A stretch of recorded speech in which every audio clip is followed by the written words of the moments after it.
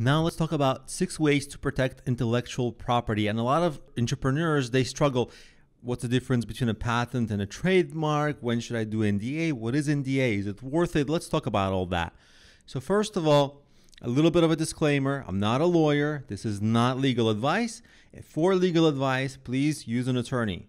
And keep in mind, laws vary from country to country and from state to state even. So you got to use a local attorney who understands the law in your area.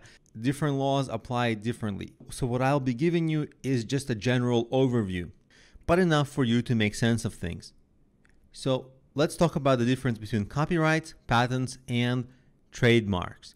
Copyrights are for protecting written works like books, music, things like that. Patents are for protecting inventions. Let's say you made a new product or a new process or a new algorithm. You can protect that with a patent.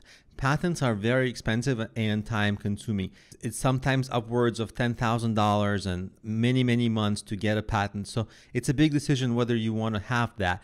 And trademarks, they protect things like business names, logos, slogans. So for example, if you consider Nike, that little logo, that is trademarked. And also the slogan, just do it, that's trademarked.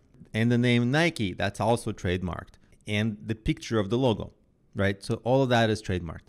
So hopefully that gives you an overview. Now, a lot of people also ask, what happens? Will my idea get stolen? Is that a risk?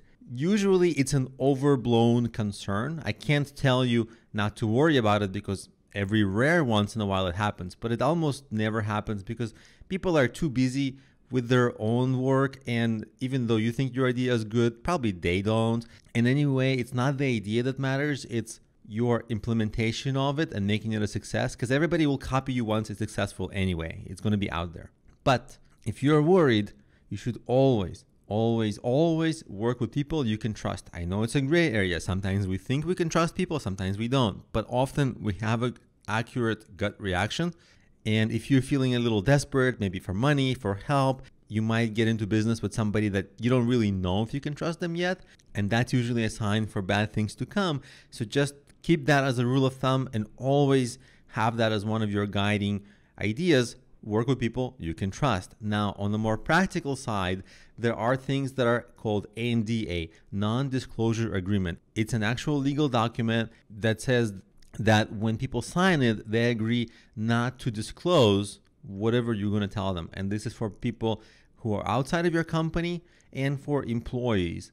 Now, there's a lot of debate about usefulness and application of NDAs because they waste time. They're very difficult to enforce. I mean, you're literally going to have to sue somebody to enforce that. And it irritates some people. For example, I don't like when people ask me to sign an NDA. Investors don't like when they're asked to sign an NDA. First of all, they can't because sometimes they have competing companies they're helping, and so do I.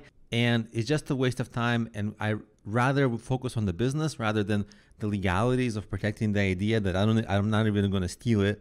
It's a total waste. But the NDAs do protect a tiny bit of deterrence just by kind of scaring people, making, like letting them know, hey, you are under NDA, so don't do anything crazy. So there's a tiny bit of benefit. In many cases, I'd skip it. But again, this is not legal advice. That's just my opinion. And also, another tool you have is a document called non-compete agreement.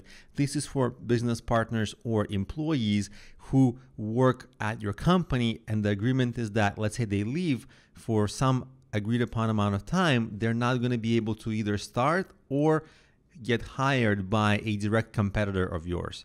So these are the tools to protect your intellectual property.